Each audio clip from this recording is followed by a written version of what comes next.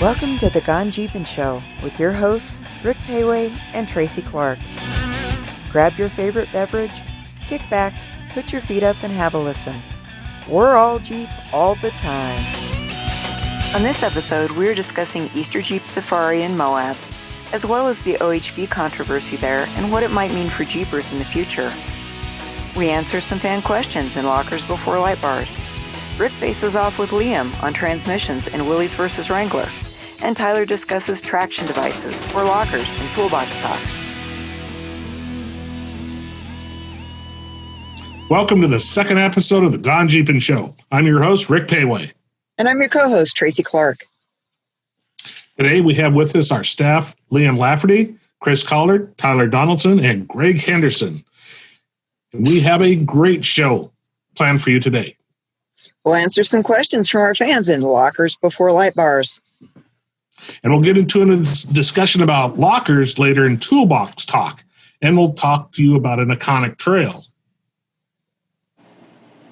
Rick faces off with the new guys, manual transmissions versus automatics and Willys versus Wrangler.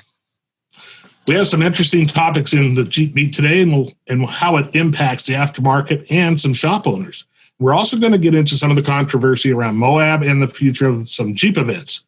And we hope to clear up some of the misconceptions. Hey, Rick, let's kick off today with Jeep Beat. We've got some hot topics to discuss. Well, I guess we do. Number one is the Easter Jeep Safari, the actual Red Rock Jeep Easter Jeep Safari, canceled or not? But we found out last night, which was Monday night, and verified that it had indeed been canceled because they did not have permits. Come the morning, there was a few more interesting developments. Yeah, there were interesting developments. All right. Why don't you tell us about it? Currently, we verified it with Red Rock Four Wheelers last night, and they, during the meeting, had canceled Easter Jeep Safari. However, sometime between midnight and about 10 or 11 o'clock this morning, there were some negotiations going on. So currently, they are on hold. We had an email that came out from Red Rock Four Wheelers today, which I will read to everyone. And it goes a little bit like this. To all our club members, gunners, and leaders, you may have heard rumblings on Facebook, etc., about Easter Jeep Safari being canceled. As of right now, February 2nd, 2021, the 2021 Easter Jeep Safari is on hold due to COVID-19 restrictions and permit regulations, as we have not been able to obtain our special event permit. No permit, no event this year. We will be posting further information on the homepage of the website, which is rr4w.com, and on our Facebook page, and send out another email to our members ASAP with any updates.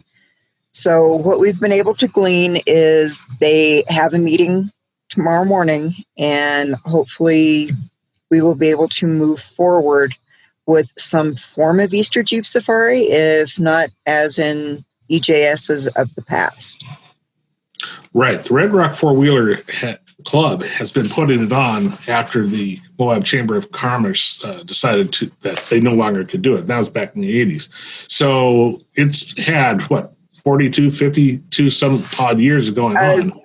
This would be year 55 for Easter Jeep Safari. There you go, 55. Shows you how long I've been going to it. They all kind of blend together. Mm-hmm. And they just keep getting better and better. And it's interesting how Moab, last year when they closed down, they had quite a problem with revenue, obviously, because of the COVID and the lack of the Easter Jeep Safari. It really hurt them. So I can't see them wanting to cancel it, but I think if they work together and get something going, they may be able to, or have something in its place, maybe just not the actual title. What do you think, Greg? Yeah, definitely, because it's such an iconic event, and it's been going on for so long. Just reading through some of the social media comments that have transpired today, a lot of people are saying whether they have it or not, as long as the city's open, they're going. Other people are poking up. So, even myself, if it's not a sanctioned event, but Moab is still open as a city, I'm probably going to go with my family because it's Easter Jeep Safari. It's I don't even know how many years I've been going in a row, but I want to go. It's my favorite place on the planet. So hopefully there's structure built into it, because if tens of thousands of people descend on the city and there's no structure, because like you said, the Chamber of Commerce used to do it, and then the Red Rocks did it. That structure is really, really important, because trails could just get inundated with too many people. But either way, I think I'm going. Well, that's one thing. The Red Rock four-wheelers have always organized it such so that each trail has a certain amount of people on it, or vehicles on it, excuse me, and it was monitored and ran very well. Whereas at other times, when you have Group A and Group B on the same trail going the opposite ways, it's nothing but a mess. And yeah. All of us that have been out there at those times know what I'm talking about. Chris, how about you? Yeah, Rick, I think that I agree with Greg. It's going to happen either way. I mean, with or without the Red Rock four-wheelers putting on an event, which would be, if they can't, it would be really super unfortunate. Like I said, they've been established. They know what they're doing. It would have some great controls on the trails. But something people don't talk about, that I haven't heard anybody talking about, is the fact that Red Rock four-wheelers actually generates a lot of money, and a lot of that money goes directly into their mud fund, which is basically works with the BLM to help keep Moab open for everybody throughout the year, not just at the safari. It's a multiple use defense fund. So it's their emergency fund to help keep things open. Absolutely. Yeah, I mean, and land use is a hot topic. Oh, like it always is. So we'll probably figure out later on in this week, and hopefully this podcast will drop Friday, so we can find out how good our predictions are going to be. But I think they're going to come to an agreement and have some sort of an opening. I highly doubt they'll do anything at the vendor show as far as enclosed space. Maybe out in the arena. That's a possibility. And no, that was actually on their online magazine. The vendor show this year, because of COVID and issues, was slated to be 100% outdoors. Nothing in the arena at all. Right. Not on the inside arena, but outdoors. Correct. And then we have to think about all of the vendors that may not be at the arena, but lined up downtown. Are they still allowed to go? Maybe they already have permits. To be seen. But we still have to think about lodging and think about restaurants and capacity and the small little hospital. There's a lot of things that still could impact the event. But with any luck, it'll be open. What do you think, Tyler? I don't know how they survive another year without the revenue. The city? Yeah, the city and the county as well. I mean, you figure all of the taxes from the fuel that everybody buys, the taxes from the hotel rooms, the taxes from all of the food that's sold in the restaurants. I don't know how they go 2 years and survive without this event. I think it will just crush the local, especially the service industries, the hotels, the restaurants, the gas stations. I don't know how they would make it another year without it. It would surprise me. I'd be very surprised if there isn't some accommodation made, even if it's not in an official EJS event, that there's some accommodation made by the city and by the county to get people to come and spend their money. Because another one of the really good things about an event like EJS, and Jeeps in general, because, we're all Jeep all the time. You've got to look at it like this. The vast majority of Jeep people that go to an event like that, and the kind of the family orientated atmosphere that we bring along when we go to an event like that as Jeepers, we do our very best to make sure people stay on the trail. At the end of the trails, we clean up. Every year for the past, I think 6 years that I've been going to Easter Jeep Safari, and I've been going longer than that, but at least the last 6 years, we always stay an extra day just to redrive some of the trails and make sure we pick up extra trash. And I don't know if all of the other kind of groups, side by sides or dirt bikes or, pedal bikes or hikers, if they all do this. But I always see Jeep people doing it. We go out of our way to make sure that we leave the trail better than we found it. And that's something really cool about our particular industry. Yeah, I think most of the BLM has figured that out too, that real Jeepers are the ones that have always been taking care of the place, not just during Easter Jeep Safari, but during the entire year. Yeah. So Lynn, what do you think?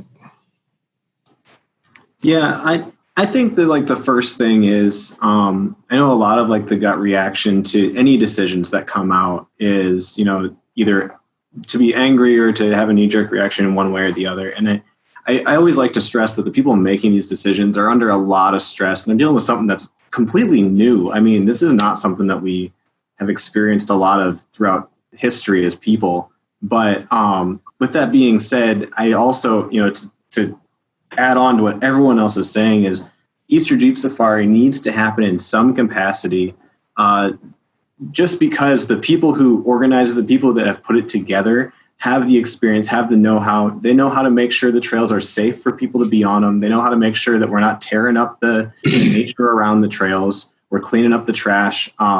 The people that are involved in this kind of event need to be in Moab to keep Moab the way that it is. And so, like I said, it is really easy to get angry at some of the officials, but we need to, be respectful to them, understand that they are under a lot of stress. They have a lot of variables that they're dealing with. But at the same time, speaking to them, it's important that we're there and that the Jeep community is there to help preserve the landscape for sure. Absolutely. And like I say, it'll be interesting to see what our predictions will be at the end of the week. But most importantly, I am not going to be canceling my reservations at this point. Wow, what a roller coaster of a week. EJS is canceled. No, it's on hold. Then it's canceled officially. No, wait a minute, it's back on again. Hey, we will see you guys in Moab the end of March. Let's go Jeepin'. Well, and this kind of brings up another point. Another hot topic in Moab is the OHV versus 4x4 issues. Arizona Backcountry Explorers released an article late last week, and it's been making the rounds on social media. And it initially said 4x4 use was being banned in Moab. And then they redacted that and came back to OHV use. So we did a little bit of deep diving and had some questions about what they actually meant by type 1, 2, and 3 OHV vehicles. And we do have a resident Utah individual here that made some inquiries about those types of vehicles and what it kind of means for us Jeepers and how things move forward. Because people have also said, well, they're canceling EJS and it's because of this moratorium on OHV, ATV, UTV, side-by-side, whatever. It also means Jeep, but it doesn't mean Jeep, does it, Tyler?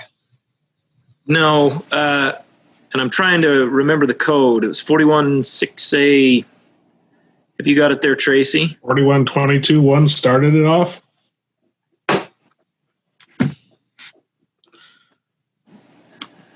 $41.22 off highway. Remember, this was put out by the Grand County Commissioners and the Moab Commissioners because of the Rally on the Rocks ATV side-by-side type event that was going on. So they have come up with all these codes, new laws saying you can't have it, and apparently is all in reaction to noise that the ATVs made. Yeah. Utah Code 41-6A-102 and 41-22-2. Yeah, so the 6A, give me the 6A, 41-6A- 102. 102. So, and that's basically definitions of what different things are. When I read through the code on this, essentially what I think, in the state of Utah, it is legal to drive ATVs on surface roads, any road except the state highway. If they are street legal, then you can drive them street legal and licensed. You can drive them on the state highways. But Utah has these three different Type 1, Type 2, and Type 3 vehicle designations. And so your Type 1s are pretty much any motor vehicle that's 52 inches or less in width and has low-pressure tires, meaning a tire with a rim smaller than 14 inches, less than 10 PSI per tire. So basically your Honda like Foreman, your Banshees, your little four-wheel quads, your quad bikes, essentially, three-wheelers and four-wheelers. Your Type 2 vehicles would be anything 80 inches or wider, but also running a low-pressure tire and a non-straddling saddle. So that's all of your UTVs, your side-by-sides, your Polaris Razors, and all that kind of stuff. So Type 1s are your quad bikes. Type 2s are your Razors. Type 3 gets a little bit in the weeds. It says any other vehicle not defined in these other sections designed for or capable of traveling over unimproved terrain. So that's kind of their catch-all. The bottom line, if I can distill it all down, is if your vehicle is licensed as a motor vehicle in your state, it's registered and insured, this is not going to apply to you. Now, if all you have is an OHV sticker and it's not street legal in your state or it's not street legal in the state of Utah, then this city ordinance can restrict that. And the feeling that I get about it is that they're trying to stop people and kids and maniacs from driving around their side streets in their towns on four-wheelers and dirt bikes and UTVs, blowing traffic signs and causing accidents and, basically people just driving like monkeys. I don't think this is at all aimed at the Jeep community. Although some people do register their Jeeps as off-road vehicle, or as an off-road vehicle rather than as a street legal vehicle to get around the inspection process. But not being privy to the meeting, I would assume they've gotten lots of complaints about kids and knuckleheads driving around on their ATVs and their motorcycles and being loud and blowing stops. Is that the technical term? Knuckleheads? Knuckleheads, yeah. That's a yeah. I found the actual complaint, and it's a 71-page complaint, over 60 emails, and the majority of it is noise. Mm-hmm. It's noise. Two-stroke motorcycles. It sounds. All right, so I got to admit that I don't like chainsaws. Yeah. I don't like chainsaw noise any more than the next guy. But doesn't that go back to if it's too loud, you're too old? Yeah, kind of. I mean, really, where does it stop? I love the peace and quiet being out in the middle of nowhere, and I sure don't like, a chainsaw ripping through my camp or an ATV. But likewise, I don't like a Jeep doing that either, with a lot of noise.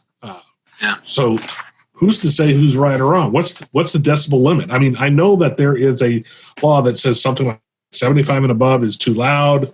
And on Ultimate Adventures, we've had to check vehicles when we go into certain parks and make sure that they were below that limit.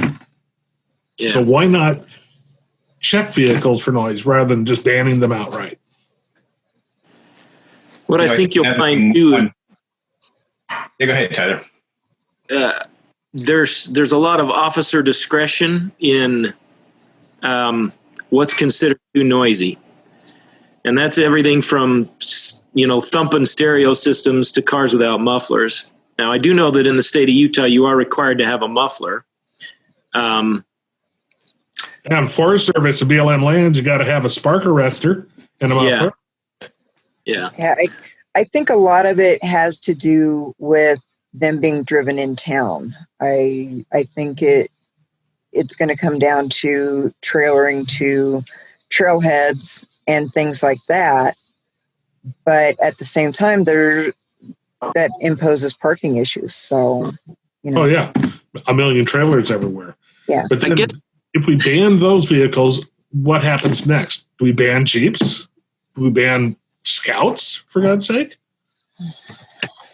I think what would be a good solution to it is if people would balance, hey, I'm here to have a good time, and there's people that live here that I might be really bothering, and if you want to rev your vehicle and your bike or your Jeep or your great big Dodge Cummins with 5-inch pipes, go out to a trail and do that. Don't do that in the middle of the neighborhood or pulling out of the gas station, especially late at night. And that falls back on just common sense. Courtesy. We've got a guy here in the neighborhood that between 11:30 p.m. and 1:30 a.m. he has to go out in his Mustang, and he's got a manual, and he can't shift to save his life. So, he's hitting probably 7,000 RPM trying to bang into the next gear. And all you're hearing is just this loud exhaust and grinding, and then loud exhaust and grinding. So it's not even happy car noises. No, but it's annoying. And winter, summer, it doesn't matter. Even with the windows closed, this thing is so loud that you can hear him going up the 4-lane, probably closing in 90, 100 miles an hour, and just annoying the crap out of everybody. Well, one thing that I'd like to see, Moab, because I love Moab, but if people are acting like that and acting a fool or acting like knuckleheads, as Tyler said, I've been to lots of other towns and cities across this beautiful country that we live in, where when you get into town, somebody will immediately warn you, hey, don't act like a knucklehead, because the local constable or the local police, they're going to give you a ticket. And I don't want to put it on the police of Moab, but maybe if they start writing dozens of citations to people that are acting like knuckleheads, the word will get around. So instead of just banning the vehicles altogether, maybe they should, increase revenue a little bit by writing a pile of tickets to people who are acting like a knucklehead. Yeah, no warning, first offense, fine. Yeah. Well, I think that's a fair idea. Honestly, it's like nobody wants to see everybody get cited, but we've all been there. We love Moab, but we've also seen the knuckleheads, and they're, they get there are quite a few of them out there. But I do, playing devil's advocate, I wonder, and obviously there were enough comments and concerns or complaints that it got the attention of the city and government agencies. But I wonder how many people these complaints came from. And I say this because I used to live at an airport, a little country airport. And in our pattern, the landing pattern, it went over a residential area about half a mile or a mile away. And there was a woman that called in every time one of our planes went by. So like 50 times a day. So it would be an interesting little statistic to find out, what complaints are. Speaking of airports, legitimate. Yeah, speaking of airports, they built the new Denver airport back in the 90s, and it was out there in the middle of nowhere. Well, then they started building up housing around it, and now all those people that live there are complaining about the plane noise. The airport was there before you built your house. Right. Well, and Moab was there before these guys with, these certain vehicles that make noise. So honestly, that's just my opinion, but write them tickets. $150 fine every time you do something wrong, and people stop doing things wrong when it affects their pocketbook. But when you just outright ban a vehicle or ban events because of that vehicle, you're hurting the overall town. And again, I'm an outsider looking in, but instead of hurting the town and the revenue that comes into the town when people with motorized vehicles show up, because we go out to eat, we buy gas, we do all these things that increase the revenue of the town. Well, increase it a little bit more by giving the wonderful police officers of Moab the authority to slap tickets on these people that do things wrong. Yeah, well, here's go ahead. what about maybe a curfew, having them off the roads? Because some of them are very hard to see. And you know how Main Street, how 191 is. In the evenings, there's a lot of semi-truck traffic, and they come darting around a corner. So, okay, have them off the roads at sunset. 30, like shooting light, 30 minutes after sunset. Yeah, if you're not fully loaded, 30 minutes before sunrise. Headlights, turn signals, brake lights, you shouldn't be on the road anyway, in my opinion. Safety first. We don't want to see somebody's kids get hurt or them, a person get hurt. So, but yeah, instead of banning the vehicle, maybe they should just slap on some heavy restrictions and make people pay the fines if they're breaking them. Yeah, and if you have an evening curfew, that helps cut down the noise of those residents that live residents that live there. 100%. Just for our listeners, when you come to Moab, a word of caution: Utah has a code called exhibition of speed. Yes, they do. Mm-hmm. That's fun. Speed is like 1 iota below a reckless driving ticket. It is hundreds of dollars. The fine is hundreds of dollars. So you do not want to get an exhibition of speed ticket in the state of Utah. And the exhibition of speed, the code is very open to interpretation. Revving your engine and zooming up the block, hitting third gear before you get to the end of the block can be considered exhibition of speed. Arcing your tires. Yeah. Doing a burnout is considered exhibition of speed. So if you're going to do a burnout, be very careful where you do it. Also, if you just pull out of a parking lot and your tires slip on gravel and you go chirp chirp, they could write you up for that. Watch those Detroits. Yeah, in California, that code is called exhibition of horsepower, and I know that personally from earlier days when I had my Dodge Challenger. But that's what it is. There's an exhibition of speed, but there's also exhibition of horsepower, and they came up with that law specifically because you could race like a bat out of heck with tires flaming until you hit the speed limit at 25 miles an hour, and then you're shutting it down. So in Colorado is combined exhibition of power and speed. Yeah. All right. Well, I think that tells us all, and yes, we've all maybe been there exhibiting speed or something else.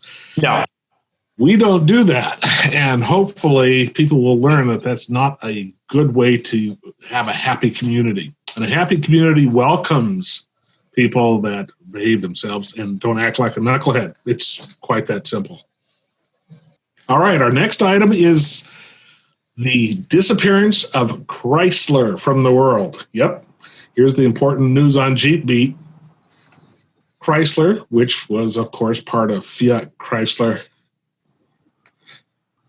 Automobiles, FCA, who we just loved, has finally been absorbed or bought by Peugeot. That's the French, Belgium, Dutch conglomerate that now owns Jeep, Chrysler, Dodge, Ram, Fiat, etc. So you can no longer make jokes about Jeeps being Fiats. Now you can make jokes about them being Peugeots, which I know. It could be worse. They could be internationals. Oh. But no, I mean, it's an international company. That's what I meant, really. So the news is the acquisition is final. There is no more FCA. We'll probably be posting some stuff that came out of FCA. And, of course, there's always some government approval. But the big news is the Chrysler building, which has an incredible Pentastar on the top of it, is now still has Pentastar, but it says Stellantis in front of it. I think, Liam, you took a drive up there. Tell us what you saw. This is in Auburn Hills, Michigan. Right, yeah. That's the common misconception. It's not necessarily Detroit, it's Auburn Hills. Now, it's close enough to Detroit for the rest of the world, but those of us that live here, it's almost an hour away. What was that? I said it's almost an hour away. It's almost an hour away, yeah. It's not like the Renaissance Center for General Motors, which is literally downtown. But it is obviously a Detroit icon. And as you're driving up to the building, there's a small sign, probably I don't know, 6 feet tall. That's been changed already to Stellantis. The employees, their emails are all changed to Stellantis already. That was a quick switch. Ciao. Just like that, everyone's a Stellantis employee. As a tier 1 supplier, it's been really fun to get used to referring to them as Stellantis versus the very short FCA, which was easy to say. But the actual building itself, like you said, it has the Chrysler logo on the top. It is physically a part of the building. I mean, you would have to level 3 or 4 floors of the building to change that. So I don't anticipate that's going away. The little piece of history sitting up there. It's on Chrysler Drive. Yeah. So the question is, will they change the name of the road from Chrysler Drive to Stellantis Circle or some silly thing? Well, they could, because that road is all on their property. So that piece of road, this drive, is physically on their property. So they could change the name. And it is an impressive building and an impressive piece of property for sure. Yep. Yeah. Another fact too is Chrysler Drive is not just at their headquarters. You'll also find it at their assembly plants as well. So if they do decide to change that, it would be very interesting for people who live in and around those plants, as some of their neighborhood streets would be changing. I don't know if they're going to do it, but that would be a very interesting thing to see. Well, the scary part is in Toledo, where they have Jeep Street and Willys Way and all this other stuff. Let's hope to God they're not going to change those to Stellantis this and Stellantis this. It boggles the mind. Yeah, speaking of Toledo, there's some rumors rolling out around Toledo, Rick. Yeah, it's really kind of cool. Just north of the Toledo assembly plant is a now vacant property that was operated by an ambulance company and a company that made leather interiors for vehicles. And after they quit and closed down, obviously it was a blight. So the mayor of Toledo and, of course, the council decided, okay, we've got to help this area. So they bought the area, and for like $680 billion, they raised all the old industrial property. And the press release was that they were going to sell it to Chrysler for $1, because that's how things work back there. And Chrysler would... You mean Stellantis? Oh my God, FCA. You could even have said FCA, because they're the ones that did it. Now, Stellantis, yes. So when it was done, it was still FCA. So what they were going to do is turn it into a 240-acre upfitting plant where they would actually send the Wrangler and Gladiators to and have them outfitted with all of the Mopar accessories, which is kind of cool because they have a few places around that do that, but this one would be direct from the factory across the fence, and they would put on the Mopar lift and Mopar aftermarket tires and lights and everything else. The one article I wrote sounded like they were going to be light bars and big tires and more of a monster truck creation, which kind of sounded good for the media, I'm sure. But that is probably not even close to being the case, because that's not something that Chrysler does, right? They do allow you to have all the Mopar accessories, just like when they were making the CJ8 box type thing into a pickup. And that was really cool. The thing I find interesting is that Chrysler, FCA, has always had a problem with the plant not having enough capacity to build as many Wranglers and Gladiators as they need. And I foresee that they're actually going to take that property and expand the plant under Stellantis and make more vehicles there rather than just an accessory upfitter. It's just too much property, too much at stake. So that's what I'm predicting. So we'll see. I believe they have 2 years to do something, or Toledo could buy the property back if they don't develop it. But they have a good deal, and we'll see if Stellantis is going to go the direction that FCA was pushing it at. Oh, and another good thing. If you look at the structure of the new Stellantis board and everybody that was in line, Mike Manley, who was president of FCA after he ran Jeep, is now chief of the Americas. So that's really a good thing for Jeep, because Mike's a Jeep guy. And as anybody knows, you got to have Jeep people running Jeep or it kind of sways away, falls away. Yeah, I remember back in 2007, I was fortunate enough to build Manley's personal yellow TJ Unlimited. So there you go. We did a winch and some bumpers and a few other things. And, you know, it was his daily driver at the time. So yeah, and that's because he gets it. That's the neat thing. I was on a media event with him once, and he took me into a barn, and you know he was really up there at the time. He says, "Rick, what do Jeepers want?" I went, "They want a pickup, simple, and they want walkers, and they want a diesel, and they want a V8. What can you do?" Well, so far we got it.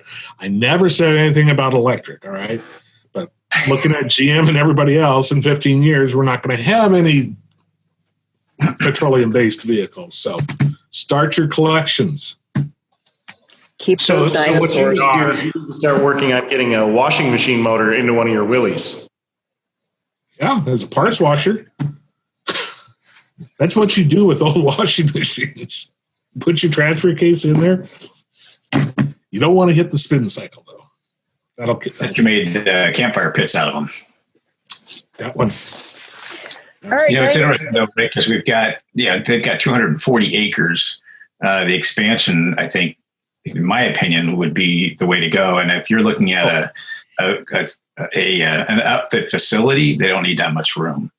You know, right now, I mean, people are basically buying that stuff through dealer services, and it's put on locally, where if they had, you know, central control over that, I think that would be a good thing. You know, people like the JPP or Jeep Performance Parts products because they're engineered by, you know, by FCA. I'm sorry, Chrysler, Jeep, and they are warranted, and they are, you know, they can finance them into buying the vehicle. Yeah, so absolutely, it's a great concept. But you don't need 240 acres. No, they need 10 acres. Yeah. Absolutely. There you go. So where did Stellantis come from anyway? That's a good question for, you know, some of our listeners and followers and fans, and that kind of segues us into our next segment. Lockers Before Lightbars. We got some fan questions that they need answers to. From YouTube, we've got RJ Schubert. He says, "Love your channel. I'm a longtime Willys guy. I'm also in the mountains of Colorado. How are you able to get up to 11,000 feet elevation with a carbureted one barrel? I've tried many things and I can't get above 10.5. Thanks." I don't know. I'll take that question. I mean, first of all, altitude isn't necessarily a bad thing. I mean, there's airplanes flying around with carburetors well above 11,000 feet with no problem, and smaller displacement motors than your little Jeep, I'm sure. The problem is, as you go up in altitude, you have less air and you have more fuel. So one of the tricks, of course, is to get a little bit more air in, which means less fuel, which means smaller jet sizes. Now, hardly anybody anymore changes their jets as they go up in altitude and the metering rods to match. However, I remember years ago, Manfrey, Toyota, had a kit for their 6-cylinder where it replaced the stock carb with a Rochester 2-barrel, and it had a little plate on the side bolted with different sized jets. This is on the outside. So as you go up in altitude, you would take your carburetor apart and rejet it. Now, the fact of the matter is, as far as I've found, and I've been up to 11,000 with my Jeep many a time. So the fact of the matter is, if your Jeep with a flathead 4 or even overhead 4 is in the state of proper tune, you should have no problem driving around 11,000 feet with plenty of power. But remember, proper tune means your valves are adjusted correctly, your plugs are adjusted, your timing is set, your points are set, you have good plug gap. Everything has to be in proper shape. Also, your carburetor has to be adjusted. And that means sometimes you can move your metering rod up a little bit or down because it is tapered and it will make a difference.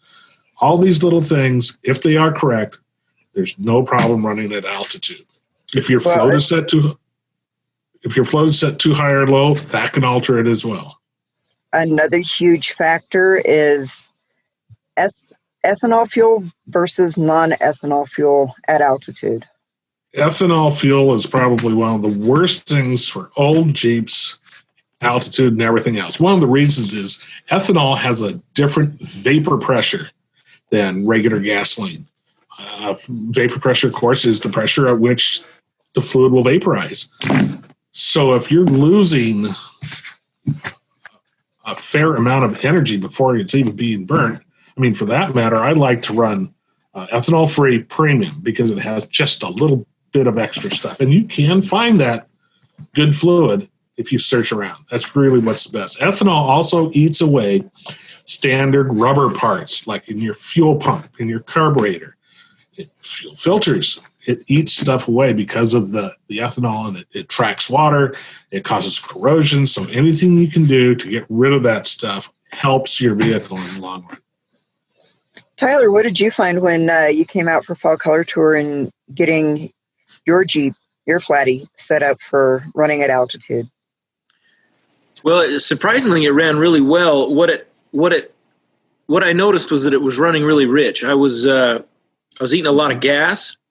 It ran just fine, but I was going through a lot more gas than everybody else. And so we pulled the carburetor apart, and Rick did some of his witchcraft on it a little bit there in camp and put it back together, and that did seem to help. Rick, I can't even remember. We adjusted the float level, and what else did we do? Float and metering rod. And when I say we, I mean you. I've done a couple of them. Yeah, but it seemed to lean it out a little bit so that it didn't suck down so much gas. But other than that, of course, I live at 5,200 feet, so going from 52 to 10,000, I mean, that's a lot, but not like going from Florida to 10,000. So.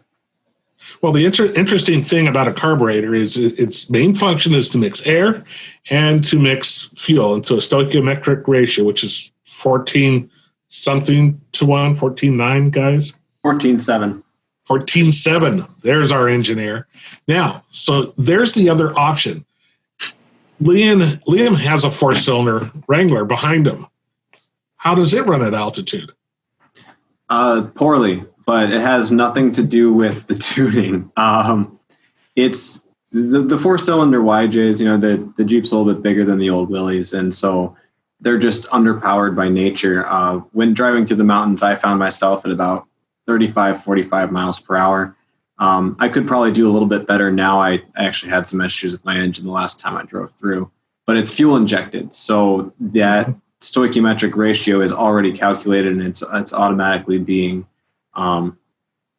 optimized to the best driving conditions, unlike a carburetor would be.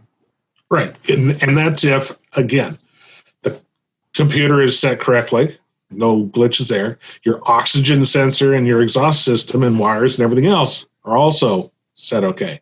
So there's always external forces causing things to happen. One of the more interesting ones that I found was many of the old Jeeps have what's called an oil bath air filter, which is simply a bath of oil that the air flows over and the dirt is sucked out of it. It's like magic, actually. And then it goes to the carburetor and off you go. So you'll have this cup of oil. And of course, if there's too much dirt, it'll actually go up and start to cause problems, and you don't have the proper airflow. So one way to check real quick, of course, is to pop off the top of the carburetor and see if your Jeep runs better without the air filter on. You don't want to do that forever, obviously, because you end up ruining your engine. But again, it's airflow and proper amount of air, proper amount of fuel, and you run around all day. Hopefully that helps our reader on YouTube. And our next question, also from YouTube, this one's for Chris. XMO is relatively new to Jeepin', and he's in the Santa Cruz area, and he wants to know how to find the American House Trail. That's a very good question. So American House Trail, it's in Northern California. It's about 125 miles north by northeast of Sacramento on Highway 21 near La Porte. And you probably saw the video. Not a challenging trail. It's super scenic, great place. It's just down a couple of switchbacks down in the canyon. Got some great camping on a river, beautiful campground. It was my club's adopted trail. So we worked with the Forest Service for quite a while on just keeping that clear of brush and down trees in the season. But if you want to find it specifically, you go to LaPorte. It'll be the last place to get gas. It's not a long trail, so you won't need a lot of fuel. And then you backtrack about 3 miles, and there'll be a turnoff, which coming from LaPorte will be on your left-hand side. It's quite a few little turnoffs, but most of them kind of go to the same place. They find that road, the switchback that goes down to the river. But there is, the area is awesome. It's part of the California's Gold Country. And if you head up above LaPorte, you'll find a route that runs over to an area called Poker's Flat. And there's like some really fairly well-preserved ghost towns up there and old cemeteries. And that trail that goes down to Poker Flat is actually, you're going to need low range and some good traction and good tires on that one. So yeah, near Sacramento, Northern California. All right. So, could we do that in a flat fender? Absolutely. Stock? Bone stock? You bet. Yeah. All right. Perfect. Set it up. Yeah. Let's go. Go from there. You can make a great loop around through Poker Flat, and it'll take you up to Downeyville, and you can cut across most of the all dirt roads back to my place over near Auburn. Cool. All right. Our next question comes from Instagram. Hayden Kurtz. How well do Wagoneer Dana 44s fit into CJ2A with the Dana 300? And what are the best year Wagoneer axles to look for? I got it. Okay, Rick. All right. The standard answer here is if you have to ask, you shouldn't be doing it. But that doesn't help get anything done. It also doesn't help you learn anything. First thing you got to remember that a CJ2A is a very small 80-inch wheelbase Jeep. It's not too wide, about 52 or something like that on the tires. And what you're trying to do is put in very large, wide axles. So your tires are, they're going to be sticking way outside. If you happen to be watching this instead of listening to this podcast, you can see Tracy has basically a CJ2A behind her. It's a little flat fender Jeep. So once those were built, the next wider variation are the vehicle behind me, the Willys wagon. And you notice that, I would say not a foot wider, but at least, maybe even a foot wider on the axles because it was such a large vehicle. After that came the one behind Greg, who is poking at the camera for some reason. There you go. That is a regular Wagoneer, maybe a 77 or something, and that's probably the 75. Best. 75. All right, so 73 to 79 is probably going to be your best Wagoneer or Cherokee for you to use those axles because they're not as wide as like a Chevy. They are 6-lug instead of 5 on 5.5, but apparently that's not what you're concerned about. How hard is it? Well, the fact of the matter is your suspension is not going to line up with anything. Your differentials, fortunately on those year's Wagoneers, the right side will be, or the front axle will be on the right side, and you can center it somewhat between the two springs so that you can use, hopefully, the pad on the cast axle housing. Remember, those are spring under, so if you keep it spring under, it's relatively easy. On the rear, you'll have to move the spring pads themselves on the axle because they're much wider in the rear. The important thing is if you're going to be using what transfer case? Dana 300. Okay, 300 is easy. With a 300 transfer case, that means that your rear output is in the center of the vehicle in line with the engine. On a flat fender, it's off to the right because it has a Dana 18 transfer case. So almost any Wagoneer regular non-automatic would work fine. The automatics in the Wagoneers had a quadra-track transfer case, which had a drop over to the right for the rear axle. You want a non-automatic, ideally, and that way it's going to be centered. Still a lot of fabrication, but it's something that's actually, I have done more than once. It's not a bad first project. You have to remember about caster angles. You have to remember drive shaft angles, shock mounts, spring perches. There's a whole bunch of stuff. But as you get into it, you can easily figure it out. It's not that bad. So, yeah, I would say 73 to 79 Wagoneer, regular Wagoneer axles with this. One more from Instagram. This is Greg H6929. I just purchased an 05 TGM Limited. LJ, I'm told. The previous owner did a 4-inch suspension lift and 33 1250 15 tires. It has a nasty wobble at 45 miles per hour. Is it too much tire for the stock axles? Also, is the NSG 376 speed worth trying to repair or ditch it for an AX15? Thanks. Who wants to take this one? There's a lot of information there. Oh, there's a lot of good information there. So a TGM Limited, commonly known as the LJ, you definitely don't have too much tire, so that's probably not what's causing your wobble. Wobble, or death wobble as it's known, is a harmonic imbalance in the front end. You've got prop shaft rotating one way, axle shafts rotating another, tires rotating. And if something sets that off, it's like if you remember back in school when we'd play with tuning forks and you'd take a tuning fork and hit it in water and then another tuning fork. If you have two things that are oscillating at different temperatures or different speeds, you can get that harmonic imbalance, which will, with the tuning forks, make the water go crazy. On your Jeep, it'll make the front end go crazy. It can be, there's so many things that could be death wobble, but it could be your tires are out of balance. It could be a bad track bar. It could be a bad control arm. It could be a bad tie rod end.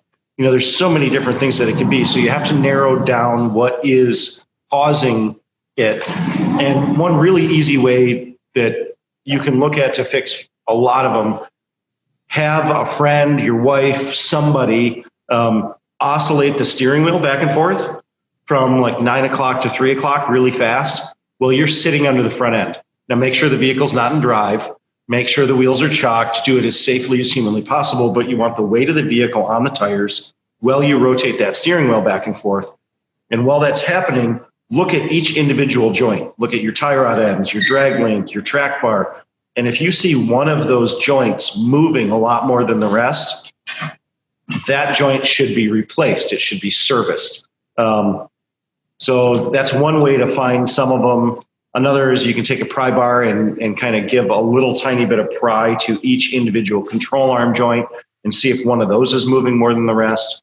With your tires, make sure your tires are properly balanced. And if you take them to a tire store, you don't want a static balance, you want a dynamic balance. Because a static balance just balances one dimension, and you have 3-dimensional tires. So a dynamic balance will balance the tires 3-dimensionally. So, lots of different things can cause wobble. So you really want to investigate what it is and try those few tricks, and maybe you can find it on your own without having to go to a mechanic. As far as the transmission, it's really not a bad transmission. It was put in a lot of Jeeps. I forget what year, Rick might know, but what year they started that transmission. I think it was 2003 or 2004. It was 2003. So yes, you can rebuild the transmission. You can buy a new clutch. You can do all the different things. An AX15 is a great transmission, but so is your newer one. So investing the time or the effort or the money to repair it might be a lot simpler in the long run because your vehicle does talk to itself. In an 05, 06, the transmission's read by the computer. There's lots of things that are talking. And if you just change it, you might open a bigger can of worms that you don't want to deal with. So I would say repair it instead of changing it right off the bat, unless you're really mechanically sound and you're not scared of messing with the electronics of the vehicle.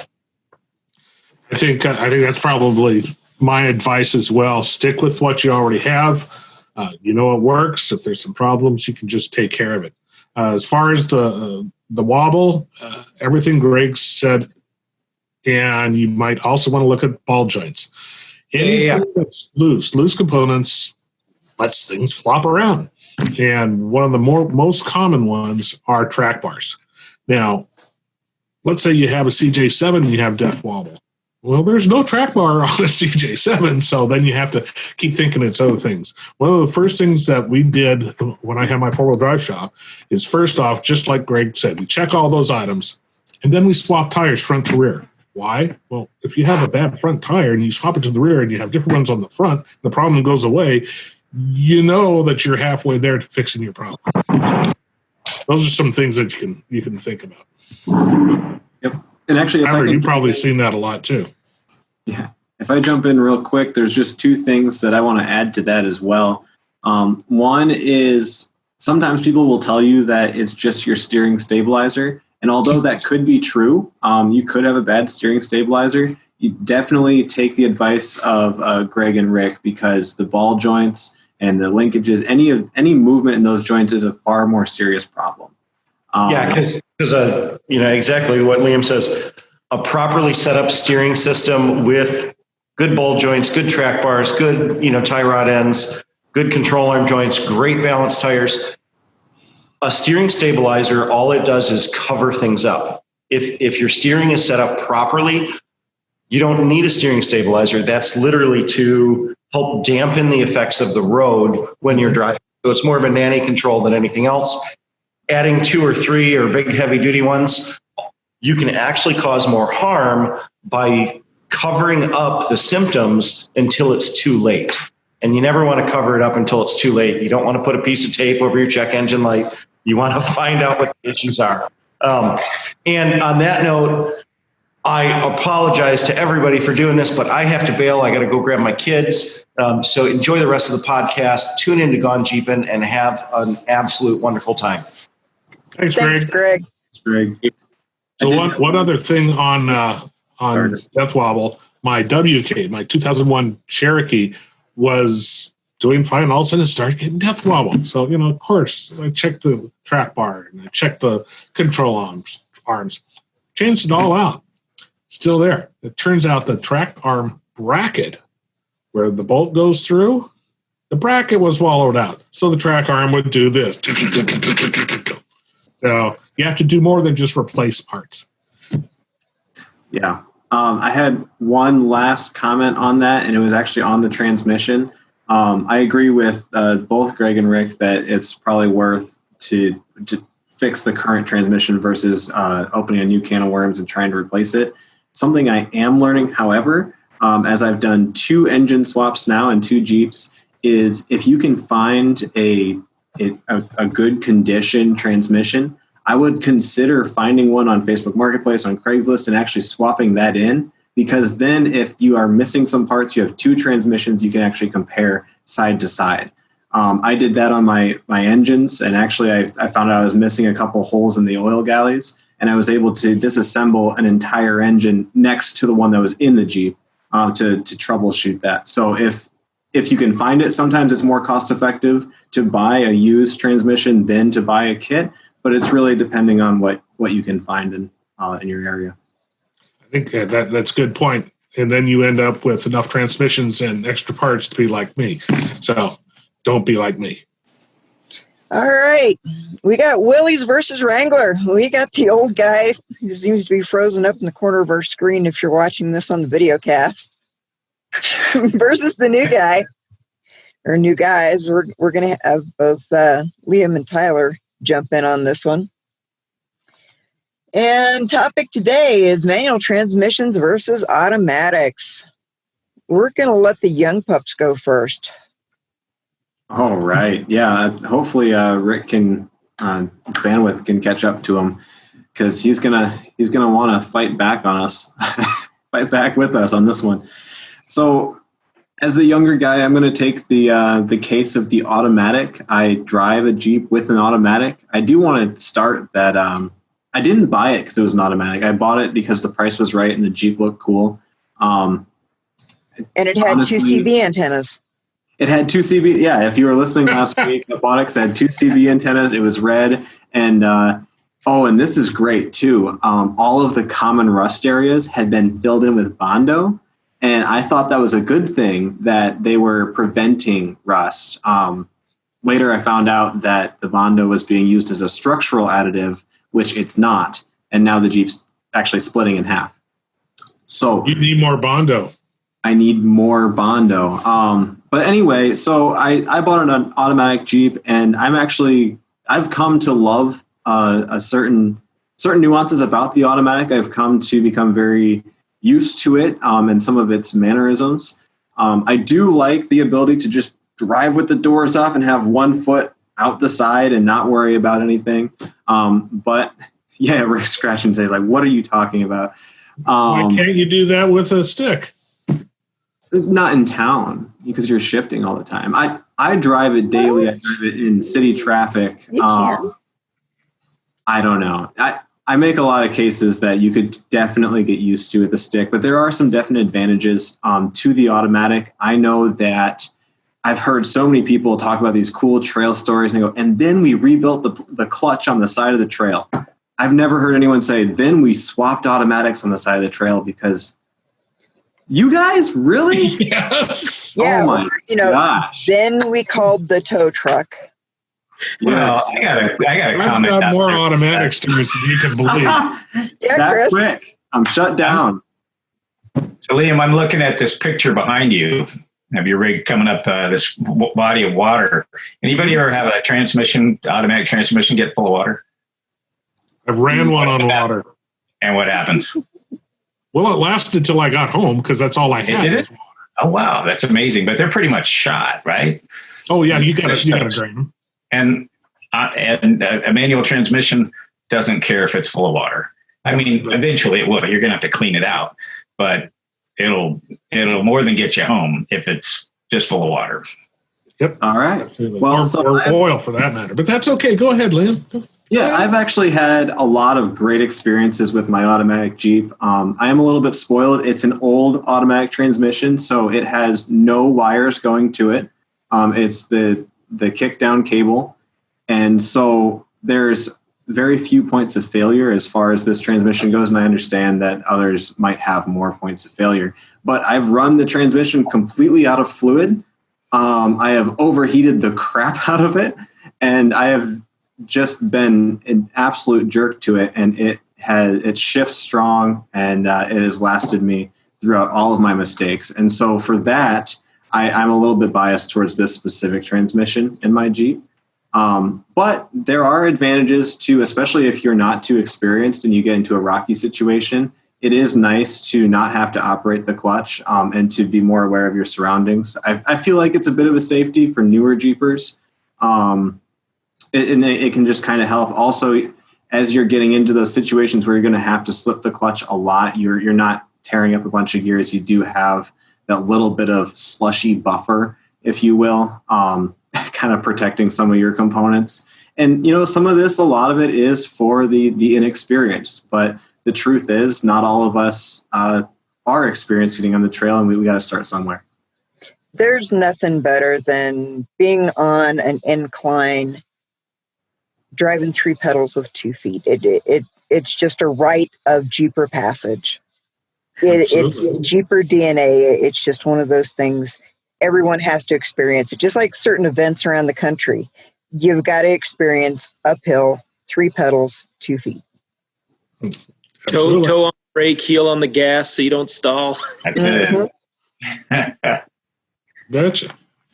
Yeah, and like I said, you guys, I purely just haven't had the opportunity to drive a lot of manual transmission Jeeps, or even vehicles for that matter. For some reason, every time I get a car, it happens to be an automatic.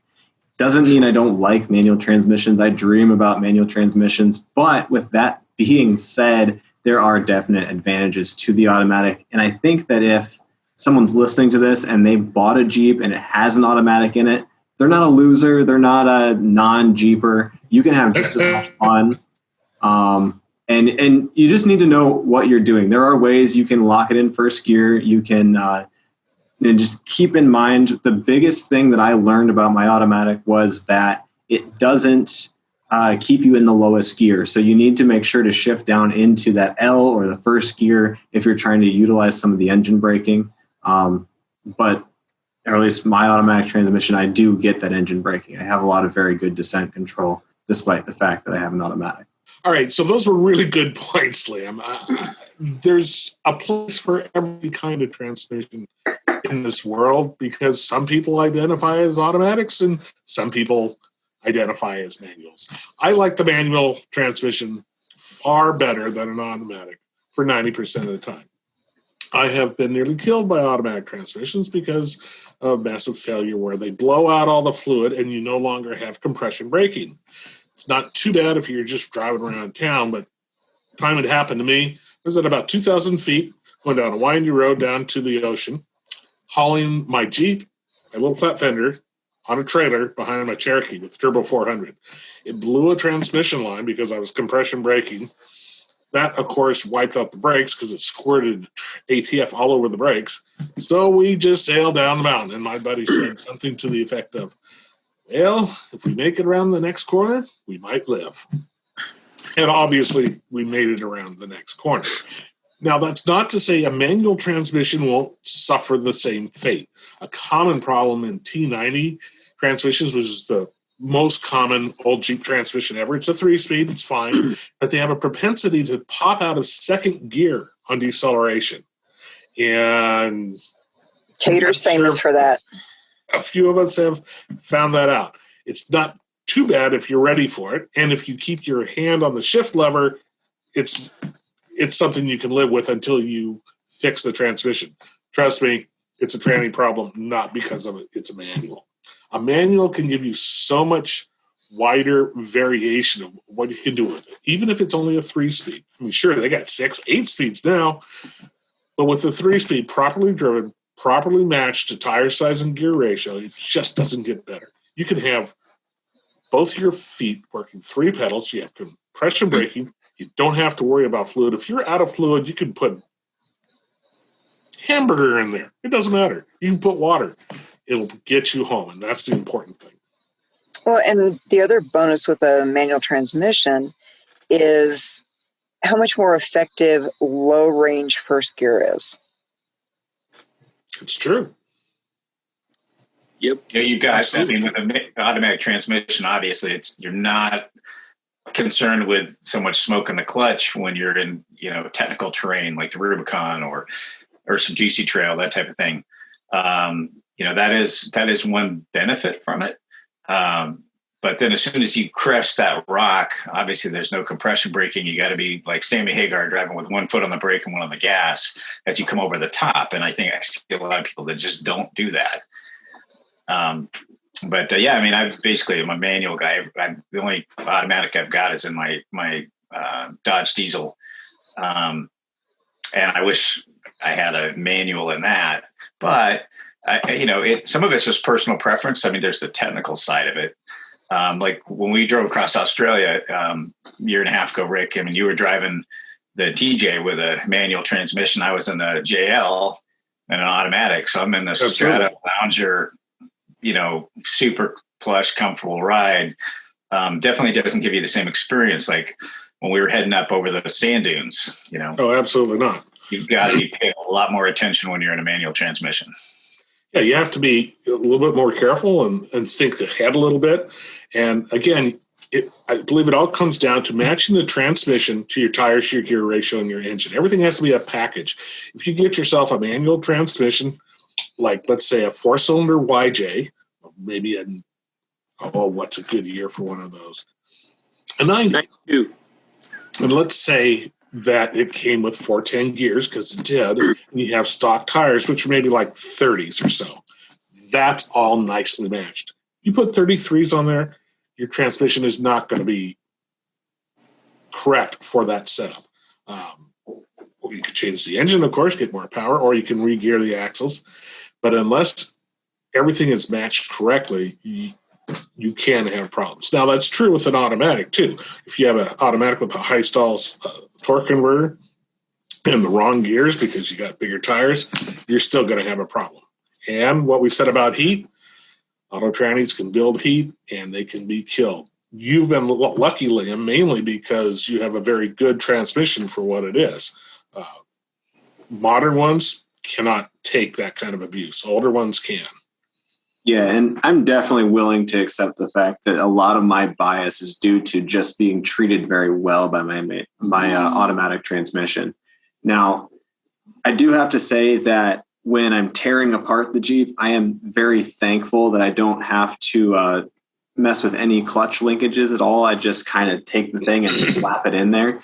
That has been really nice from just, working on it in the garage.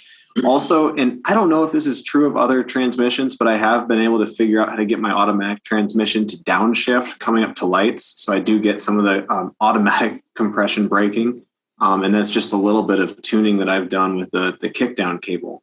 So I have been able to enjoy the automatic transmission, but honestly, you guys, I have to say everything I've done to it to enjoy it more is to make it act and feel more like a manual. So I'm kind of stepping on my own argument here a little bit, but I think, like Chris said, if you are inexperienced, which, I do fall in that category, there is a safety factor to it. You're able to pay attention to other things that maybe are new.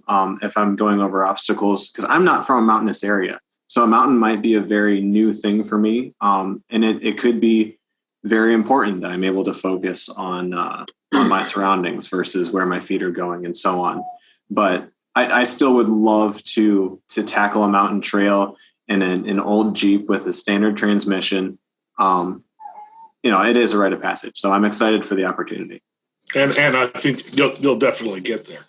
And excuse me, one thing you said about things you had done to your automatic, any good automatic prior to electronic stuff can be modified to have full compression braking, torque converter with basically, they had 2-speed torque converters on some of the old turbo 400s and such.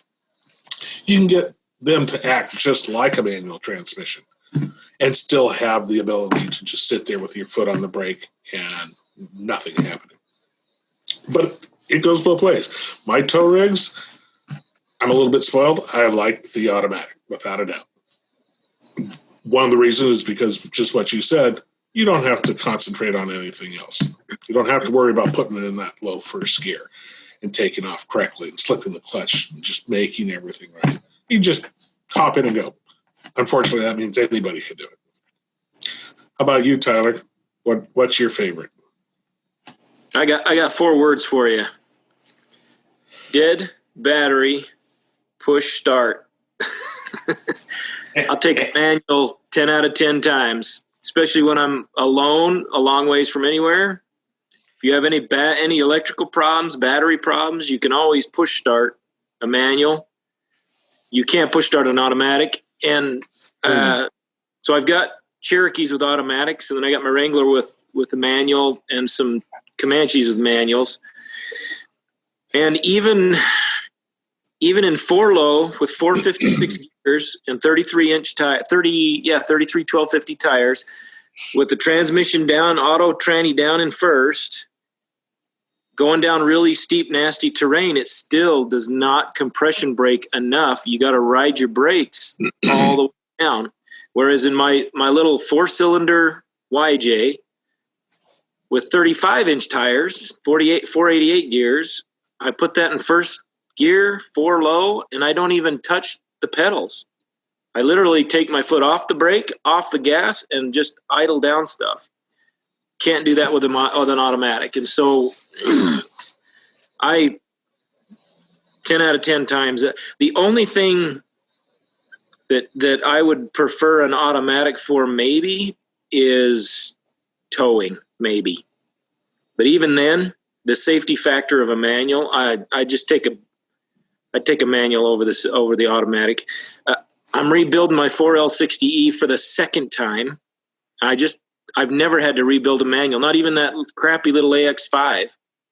I've never had to rebuild it. So manual for the win. Yeah, and there's a lot to be said, being able to step out of your Jeep, walk out in front, clear the tumbleweeds while it just trundles right along.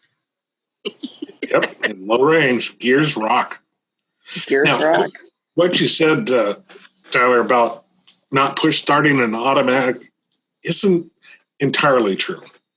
You can't push start an automatic that doesn't have a rear pump, because the pump, of course, fills everything up, provides the pressure, and that's how you go. And I found that out with my 56 Chevy because it has a 2-speed power glide. And because of things like batteries, generators, and the light going out, I had to push start that more than once. And that's when I realized, manual 10 out of 10 times for the win, yes. Look at Chris with his Jeep behind him. Would you want to drive through the Darien Gap with an automatic? Nope. Well, you could if everything went well. This is the thing. I mean, obviously, this Jeep is one of Mark Smith's expedition vehicles. And, old school manual, they went through the Darien. When you're on, Carl, you mentioned something about 33-inch tires and 35-inch tires. And like back in the day, what were our options for gearing?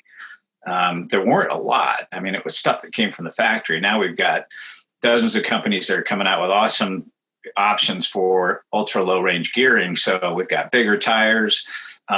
Everybody's got a forward. Rubicon's got a 4-to-1 transfer case. A lot of aftermarket. Low had one. Had a gear set. I think the Dana Spicer 20. So there's a lot of options for that low range that make a manual much more effective in stuff like you're talking about in the Darien Gap, which is just like steep, muddy hills and winching, and where an automatic would actually sometimes can be a lot easier for the driver and a lot easier on the vehicle, on the drivetrain. Just not the harsh impacts of letting that clutch out.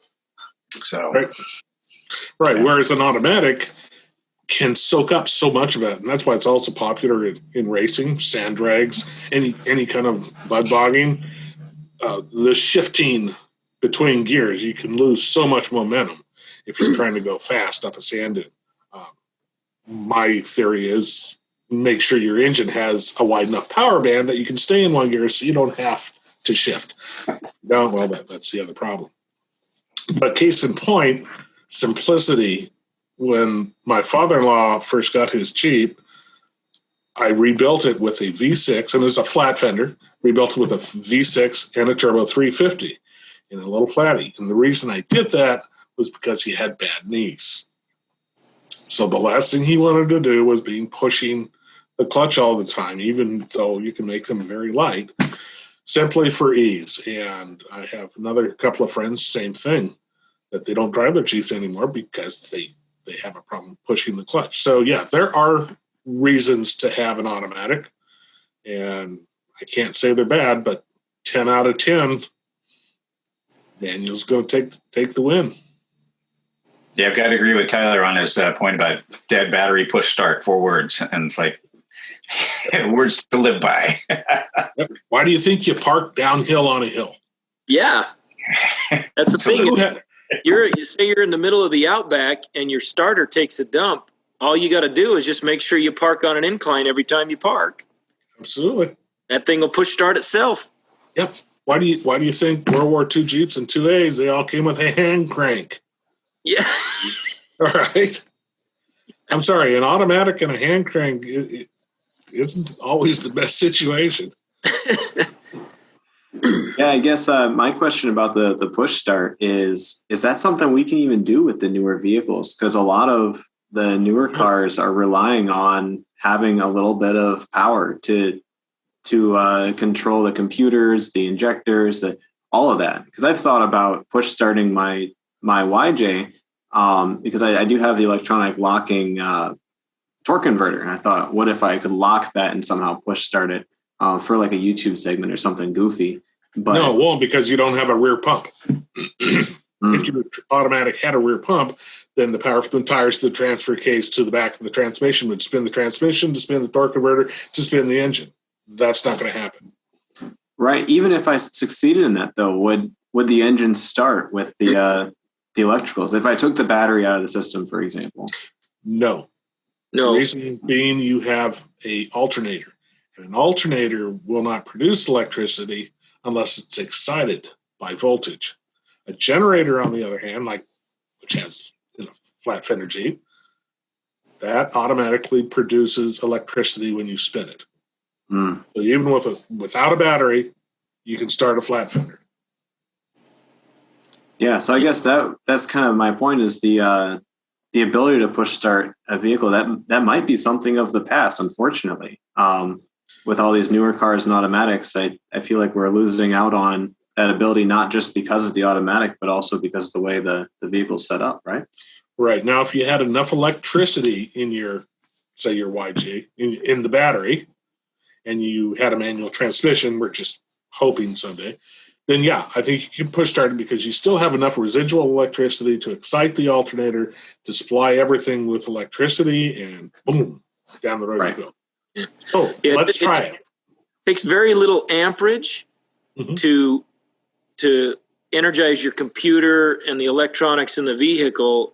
But so the battery may be dead enough you can't start, or you've got a bad starter and a good battery. But I found that even with a low voltage battery, and I'm talking 7 to 8 volts, that's still enough that I can push the vehicle, get the vehicle running, and then it'll run. Now, if the battery was at 0, maybe not. I've never been in that situation, but probably not. You get enough D cells.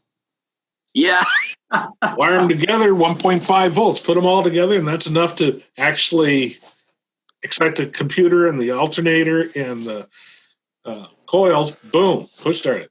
All right, there's your next tech tip. Let's see if there you go. There's a whole segment here. With this being said, you need 42 mag lights, 6 D-cell mag lights in the back of your Jeep, just in case, right? Pretty much, yeah. You did the math. Sounds like we've got a good segment here where you can drop us off with a dead Jeep in the middle of nowhere, and we're going to have to figure out how to get ourselves home. Hey, it's a new reality show right there. Right. Hey, that's Rick's life almost every day. I've done a lot of that. Yeah. That's what once convinced me that an engine-driven air compressor wasn't that valuable when your vehicle engine doesn't run and you have a flat tire. Whereas if I just had a way to fill up that tire, I could have then rolled forward, bump start the engine, and off you go. Same way with a power takeoff winch. It doesn't work if your engine's not working. So, pros and cons. That's why we have Willys versus Wrangler. So I think that's a good segment. Absolutely. And, if any of our listeners and fans and viewers want to chime in on what they would like to see Rick and the old guys versus the new guys go head to head, drop your comments, send us an email, send us a message through any of our social media platforms, and we'll put it on the docket and these guys can duke it out. Sounds good to me. I can't wait to see what's going to be coming up next. Just want to say that was a very interesting segment. I really enjoy watching you guys face off against each other, and makes it fun for me and hopefully for everybody listening. Yeah, we'll do it next week too. Absolutely. Well, I think in this case, the losers walk. But actually, no, I do have a time commitment, so I'm going to have to get out of here, you guys. Enjoy the rest of the podcast. I'm really excited to listen to what Tyler has to say. And I'll see you on the next one. Thanks for joining us, Liam. Hey, Liam. Hey, Liam. All right, now for a heavily anticipated part of this podcast, at least for me, Toolbox Talk. I think it's going to be an extremely popular segment.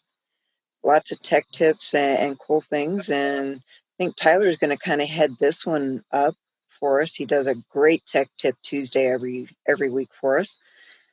Which did we get one this week? I don't think we got that one this week, but that's okay. There's been a lot of controversy going on today, so it's recorded and in the can. I'll post it after we're done doing the podcast.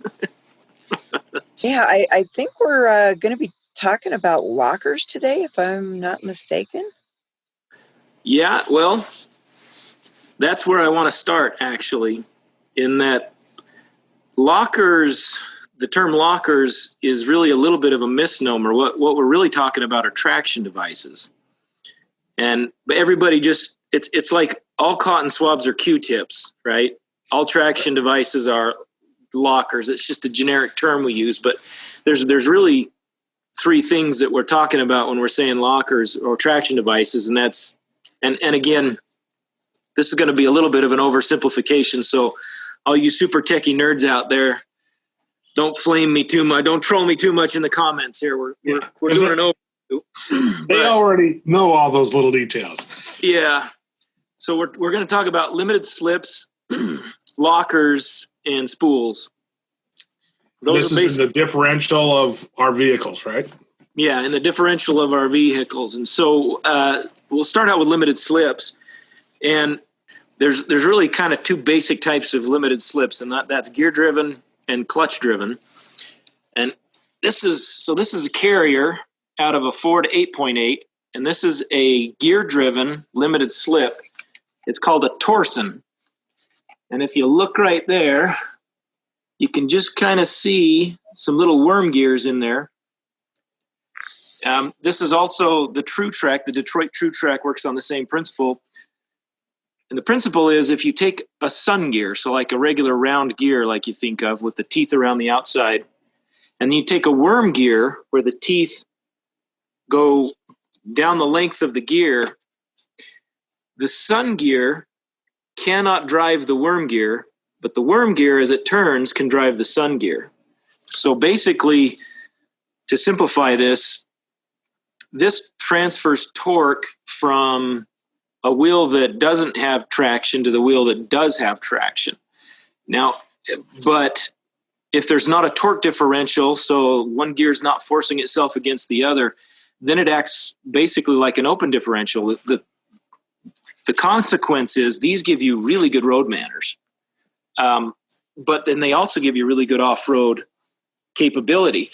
And if you get one wheel completely in the air, it will spin like an open differential, but all you have to do is apply a little bit of pressure on your brake to start to slow that tire down. It'll immediately transfer torque to the other wheel, and you can get over the obstacle or get out of the stuck that you're in. So I run a Detroit True Track in my Ford 9-inch in my YJ, and I love it. You don't even know it's there until you need it, and then it just works. Really love it. So the second type would be, this is a limited slip, and it's a clutch-driven limited slip. And if you look right here on the side of the spider gears, you can see little plates here and here. These are little clutch plates, and they're spring-loaded, and they're shoved in there outboard of the spider gears, and they're spring-loaded pushing against the spider gears. And the way these work is as the spider gears exert pressure, are forced outward and exert pressure against those clutches, then the clutches engage, and then that'll keep your wheels from, it's a way simple explanation of it, but that'll keep your wheels from spinning. The problem with them is they wear out. As you can see, these are old ones that I had to replace out of my 98 Grand Cherokee 5.9er. The other problem is you have to have an oil additive, a friction additive for your differential oil for these to work properly. And you can chime in here, Rick, but I've never seen any of them last more than about 30 to 40,000 miles, maybe 50,000 miles before they have to be rebuilt, depending on how they're used. But you're right. They are a wear surface. They are designed to wear. If you just drive straight, you'll never wear them out. Yeah, I mean, you can see how shiny these worn out ones are.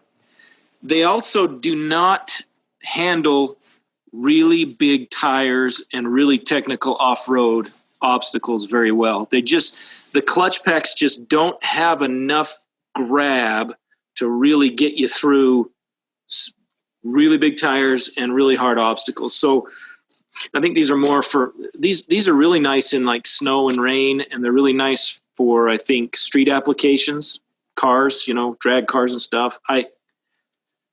I've got a limited slip in my Expedition, and it's helpful in winter driving, but I don't really like limited slips clutch-driven limited slips for heavy-duty off-road use. I don't know about you guys, but they're just not up to the task, in my opinion. Well, I think I've found that if you keep it within its design parameters, like let's say the front of a little flat fender Jeep with a power lock, which is a limited slip, if you tighten those up with some extra clutches, they can break axles. But that's also because you're going beyond the design limitations. So I like to say they're a heck of a lot better than nothing, but they're not the same as what you're going to be talking about next for max traction, locking differentials. And just one quick thing, limited slips, I'm glad you bring that up. Limited slips will actually work in a front axle application, whereas what we're talking about next don't work so well in a front axle application without some major steering upgrades. So one of the things, one of the things about a limited slip in the front, I mean, I see a lot of people are running. I mean, back in the day when people would run a Detroit locker in the front, and then when you got into, they'd leave one hub unlocked all the time and then lock it in when they needed it. But the limited slip is pretty forgiving on front ends for all the other components. It'll normally be your fuse. And if you're geared low enough and you can run 1 foot on the brake, one on the gas, when you drive them for long enough, you look at an obstacle and you're like, okay, this is where I'm going into this with 1 foot on the brake. And I'm riding it because I know need this thing to work. And I know it's super cross-articulation type terrain. And I mean, I found that it's kind of a safety factor on preserving the components of the front end. Especially if you again exceeded the design of the vehicle with larger tires. Range and traction. I find that my True Track and these Torsons, they have really good road manners. You don't chirp wheels as you go around turns. They don't make you change lanes accidentally when they unlock and lock. You just forget that they're even there until you need them off road, and then they just work. Mm-hmm. Which I really like. One disadvantage to them though is if you do put one of these in your axle, you generally have to replace your entire carrier, which means a whole gear job, bearings, gears, resetting up the gears. So there's some added expense there of the cost of the carrier and then the labor and everything to set your gears up. So the next one I wanted to talk about were lockers. And what lockers do is lockers, when they actuate, they send 100% of the torque to both wheels. There's no torque differentials. There's no clutches. There's no spinning. When they lock, 100% of the torque's going to both wheels.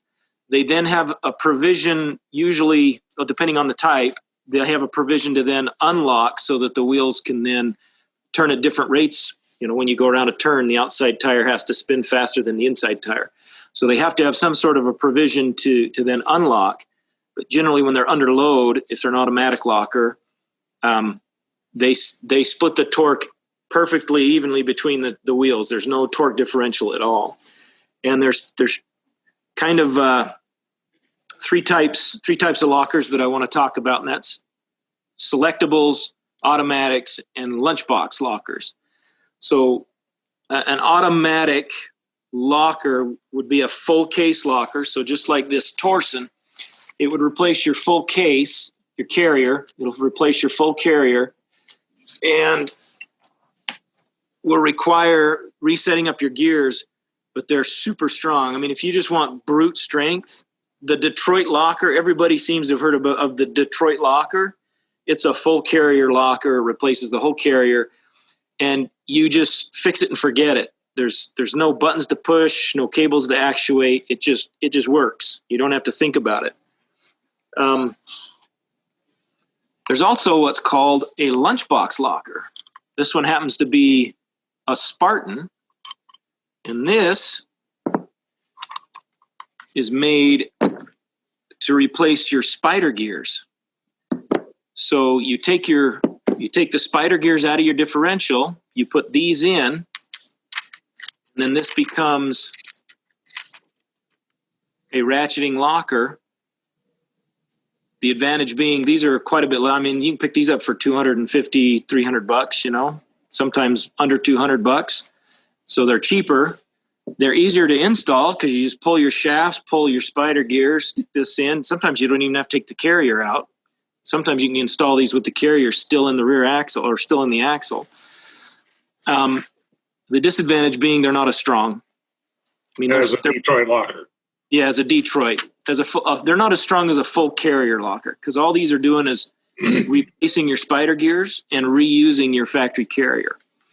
But they are an inexpensive alternative to get really good traction. I'm running a Spartan locker in the rear Dana 44 of my 98 Cherokee. And I'm only running 33-inch tires, but I have beat the snot out of that thing, and it works really well. These do give you some weird handling characteristics, though.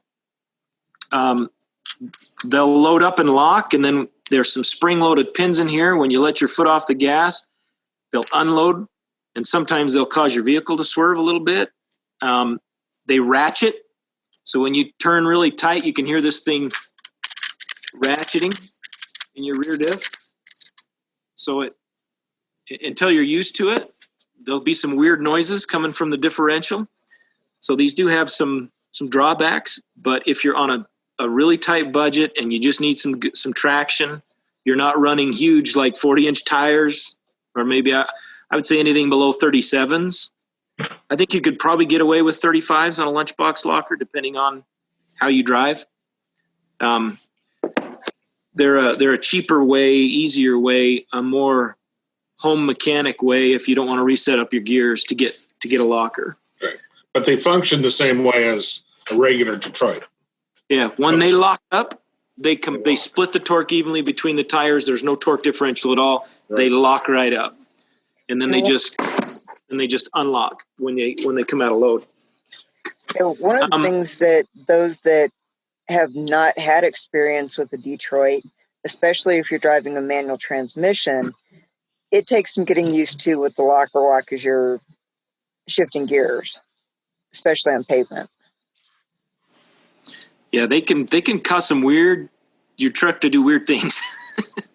And one of the reasons that they do that is because when they're under power, everything is locked together. The second you unlock them, if you have different rolling radius or pressure or anything else, when they unlock, one's going to go faster than the other. And that gives you that wiggle, that swerve, which can be more pronounced in a short wheelbase Jeep than in a larger, heavier vehicle.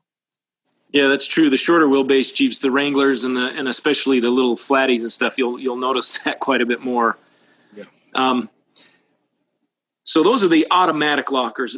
Automatic meaning you don't push any switches, you don't actuate anything. They just work when they need to work.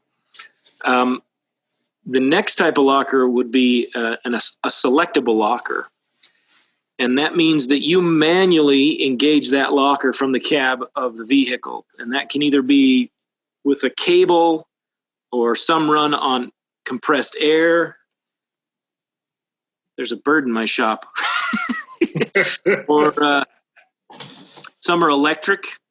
So the JK Jeep Rubicons, the Dana 44s, the lockers that those came with are electric actuated. So they have solenoids and switches. You click a switch on the dash, that actuates the locker. Those are really good for front axle applications because you don't want to be running around with your front axle locked all the time. It's really nice to be able to lock it when you need it and then unlock it so you can steer. If you're going to run a full locker in your front axle and it's not selectable, you're going to have major steering upgrades, or you will not. Your Jeep will only go in a straight line. It's very difficult to turn, and you'll end up breaking ball joints and U-joints and all kinds of stuff trying to steer a locked front axle unless you've got some significant steering upgrades. So the selectable eliminates that problem for you. If you need to steer, turn tight, you disconnect the locker, you shut it off. It acts just like a regular open differential. And then when you get in trouble again, you push the button or pull the cable or whatever it is. It locks up again, and now your front tires spin in unison. The torque's equally distributed. You get yourself out of strife, you disconnect it, and now you can steer again. And I run an aux locker in my Dana 30 in my YJ, and I absolutely love that locker. I've got the really old version with the machined the machined cover. Yeah. And so it's not got the new spring-loaded actuator where you just click it and then it's under spring tension so that as the axle rotates, it'll engage. Mine, you have to sit there and finesse it, and then it'll go in. So it's really old school, but it works great on the trail. Get you right over the obstacle, and then as soon as I'm through the obstacle, I just reach up and undo it, and now I can steer to get out of or to make. Sometimes you got to steer really sharp on obstacles in a trail. So, I've had to fix some of the electric actuated ones. I had a friend with a JK where the relays burned out and it quit working. I've had to do some cable adjustments on my aux. I don't really have a lot of experience with the ARB, but they are fairly ubiquitous. They're used a lot throughout the world. I don't know. Have you got an opinion on that, Rick? Which you would think is the best, cable, electric, or air? I love my ARBs. I mean, electric is good, cable is good, but I've been running ARBs since they first came to the U.S. in '89. Started selling them, and it was in '89. Jim Jackson, as a matter of fact. Jim Jackson, right? He was the man. One man garage in New Jersey or somewhere like that. And now I still have the original ones in my Jeep. They still function. The only problem that I have ever had with an ARB is actual installer error because of the airline or something like that inside because of installer error. So I've had really good luck with them. I love them. One of the things I like is, of course, when you turn them off, it reverts to an open differential. Excuse me. So you can turn, or even on ice, if you don't want your rear locked up because you don't want to slip, just open. As soon as you hit the buttons, they lock solid. Excuse me. And they're not automatic. So they're not going to unlock like a automatic can going downhill around the corner. They stay engaged. Rick, should I say Scout so you can have something to drink? If I had something to drink, I'd be drinking it. What is it? That's So right. if you remember, Rick, Jim started ARB USA in a garage underneath an apartment by the guys that started Ex Officio. Exactly. Really? And, Yeah. But the early ones you were talking about installer, the first versions, they had problems with the inner seals on the squirrel cage, the old version of it. And they went back and they realized that, and they went and corrected all of those, especially when they came back with their timed gearing technology revamp of all 100 and something products in their line. They never stop making better stuff. It's amazing. Always upgraded. Right. Does anybody besides ARB and Yukon make an air locker? They're the only two I can think of. Yeah. There was another Australian company. Seems to me there was some sort of a patent infringement or something. Same way. Yeah. That's a long campfire conversation, but the patent finally expired on the ARB product, the first version. When they converted, when they went to upgraded everything into the new design, and, right? More bolts, the old one. Yeah, long story, but that's maybe a conversation for another day. Yeah, we don't want to get too deep in the weeds here. Yep, but the original is ARB. And that's the other thing to remember about an ARB or any selectable locker. When it's locked, the rear acts just like a spool, which is what you're going to be talking to us about next, I believe. Yeah. So I want to touch on something real quick, Tyler, before we move on, because we touched a couple points on steering. So why don't you and Rick, we could talk about steering a vehicle with a front locker in the snow or the sand. I mean, our brains kind of go towards granite and Rubicon type stuff, but tell us what happens when you got a locker in the front, you're trying to steer in the snow, or you got a locker like a Detroit in the back and you're coming across a side hill. It's like trying to steer a train. Yeah, it can be done. It just wants to keep going forward. And the other thing is, so out on the Hole in the Rock Trail one time, way out. Yeah, if you're familiar with it, you're a million miles from anywhere. Your nearest gas station is like 80 miles, 70, 80 miles, and there's no parts there. It's a marina on Lake Powell. And it rained, and the guys that had selectable lockers, we're on a real off-camber slick rock section, and it's a huge drop-off on this side. The guys that had selectable lockers or no lockers could drive right across that. The guys that had automatic lockers, instead of going forward, they just went like this. And we literally stopped until it stopped raining and the trail was dry before we moved. We just literally stopped and waited for it to dry because there was no way to get across that section without just pulling yourself right off the trail. So yeah, just like on ice. Yep.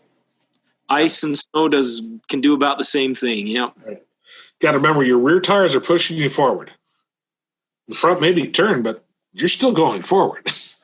So sometimes with a selectable locker, you can turn the rear off and the front on and actually steer better.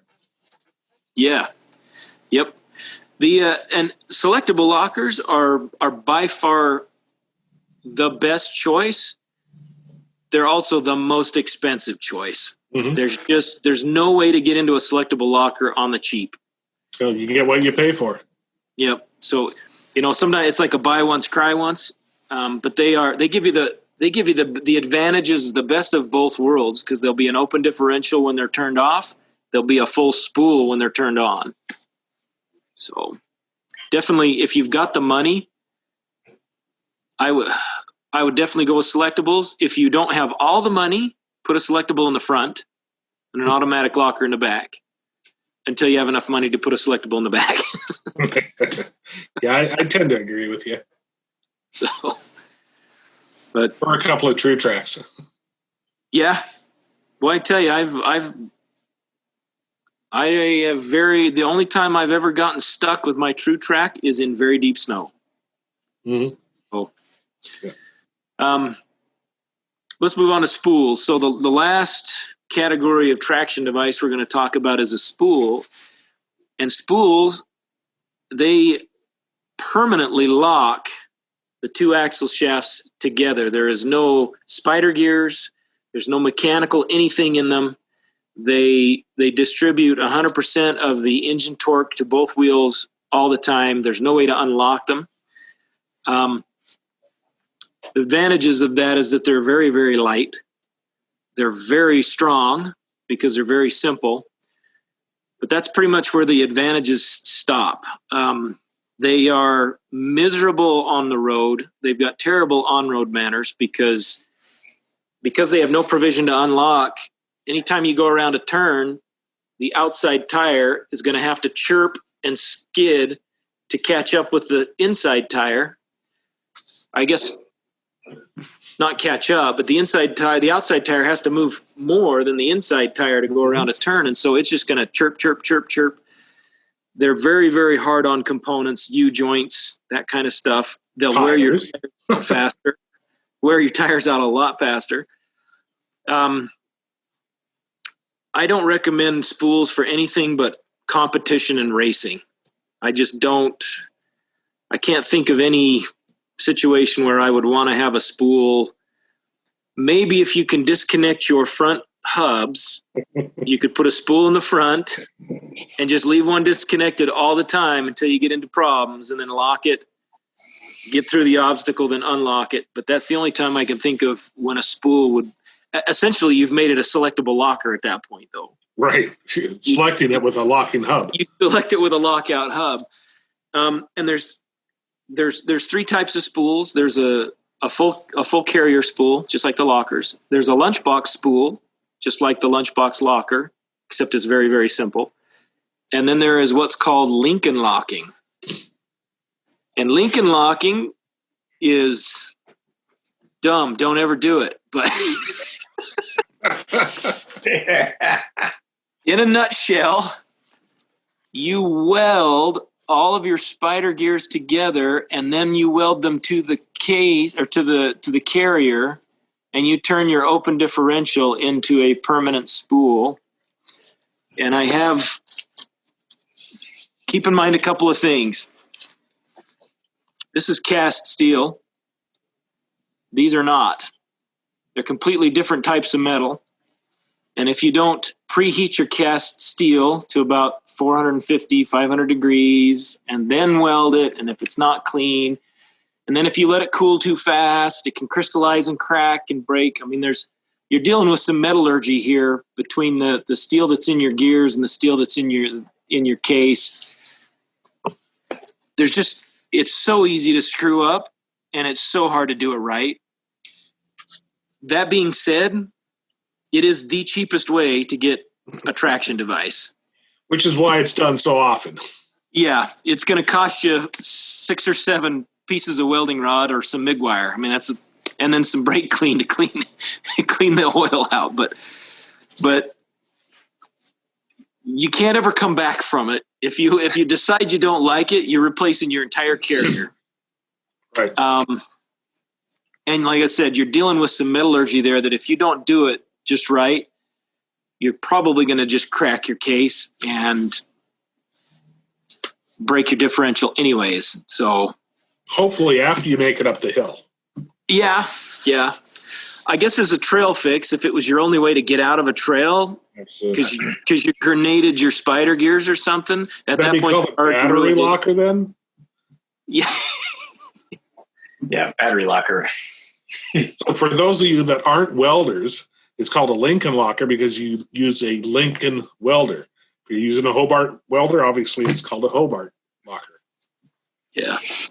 And yes, I have done a few of those. Yeah, I guess you can put 3 batteries together to get your 36 volts and weld it on the trail to get you off the trail in a pinch. But absolutely. But that's a dire emergency sort of repair. You're going to have to replace your entire carrier at that point. So if it gets you off the trail and you live, I guess it's worth it. Yeah, it makes for a good campfire story. Yeah, but I don't recommend spools to pretty much anybody. Save up a little bit more money and get you a lunchbox locker if you're on a budget. Yeah, I think the lunchbox locker probably is the most popular because the price versus the reward is greatest. I mean, Sure, you can still split your stock carrier with the lunchbox locker, but it's cheap. And I plenty of them. I do want to say to any of our listeners out there, especially the ones that are new to Jeeping, if you have never driven a Jeep or any off-road vehicle for that matter with lockers, you are in for a surprise. You will feel like an off-road god when you get into one that's got lockers. It is a complete game changer, and I'm not even exaggerating that. They are a complete game changer. Stupid things that got you stuck all the time will no longer get you stuck, and you will get through things. Well, they increase the capability of your off-road vehicle exponentially by a factor of 10. You know, they don't double your off-road capability; they like 10 times it. That's why Rubicons come factory with them on. Yep. I remember the first time I put a limited slip in my vehicle. That was my first upgrade.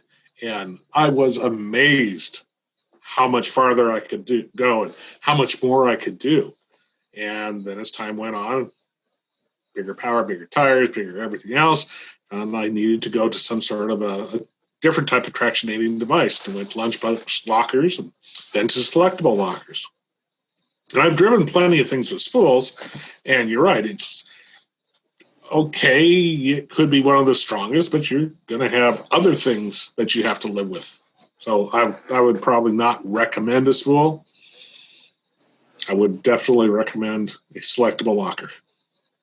Yeah, let's bring up another subject, Rick. And that is what you just said, the days that, Tyler, the days that you drove a stock Jeep, you get the stock vehicle.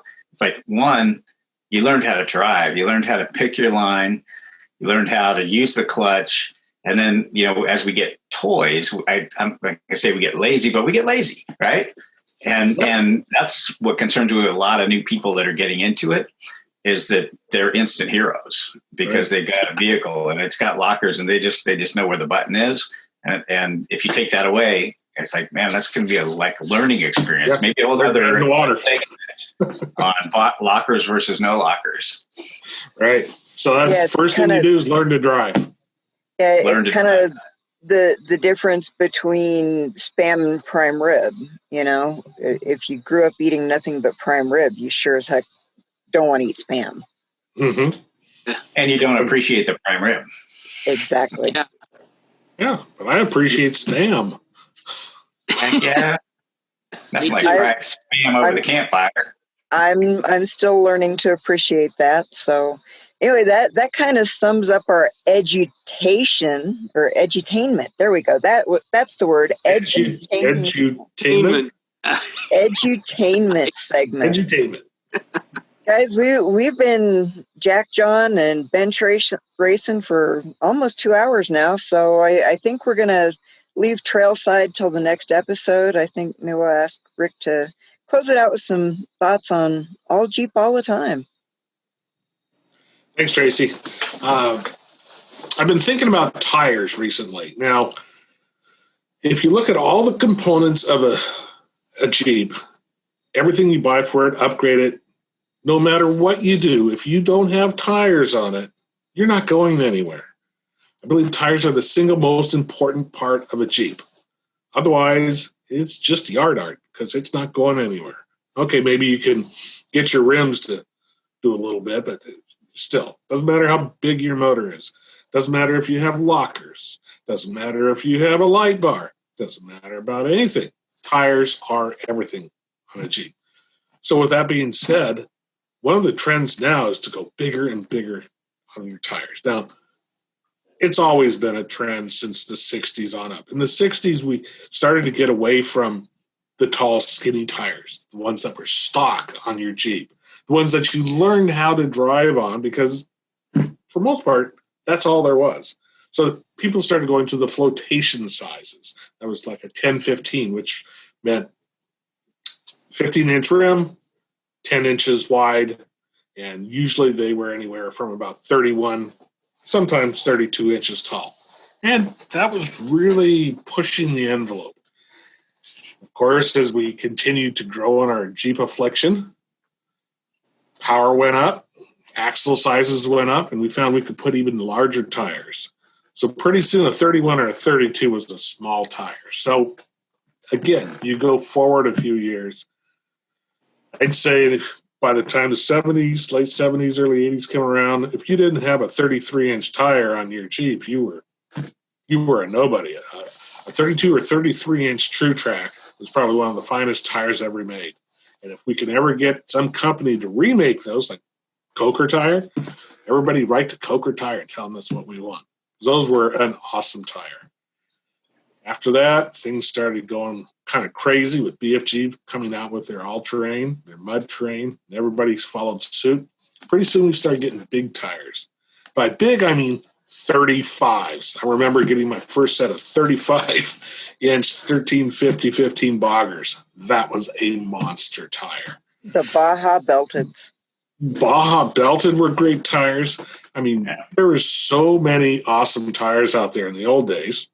And nothing against new tires, but 35s were truly the new 33s. Go forward even more, a couple more years. Yeah, 37 started taking hold. By now you're in the 90s.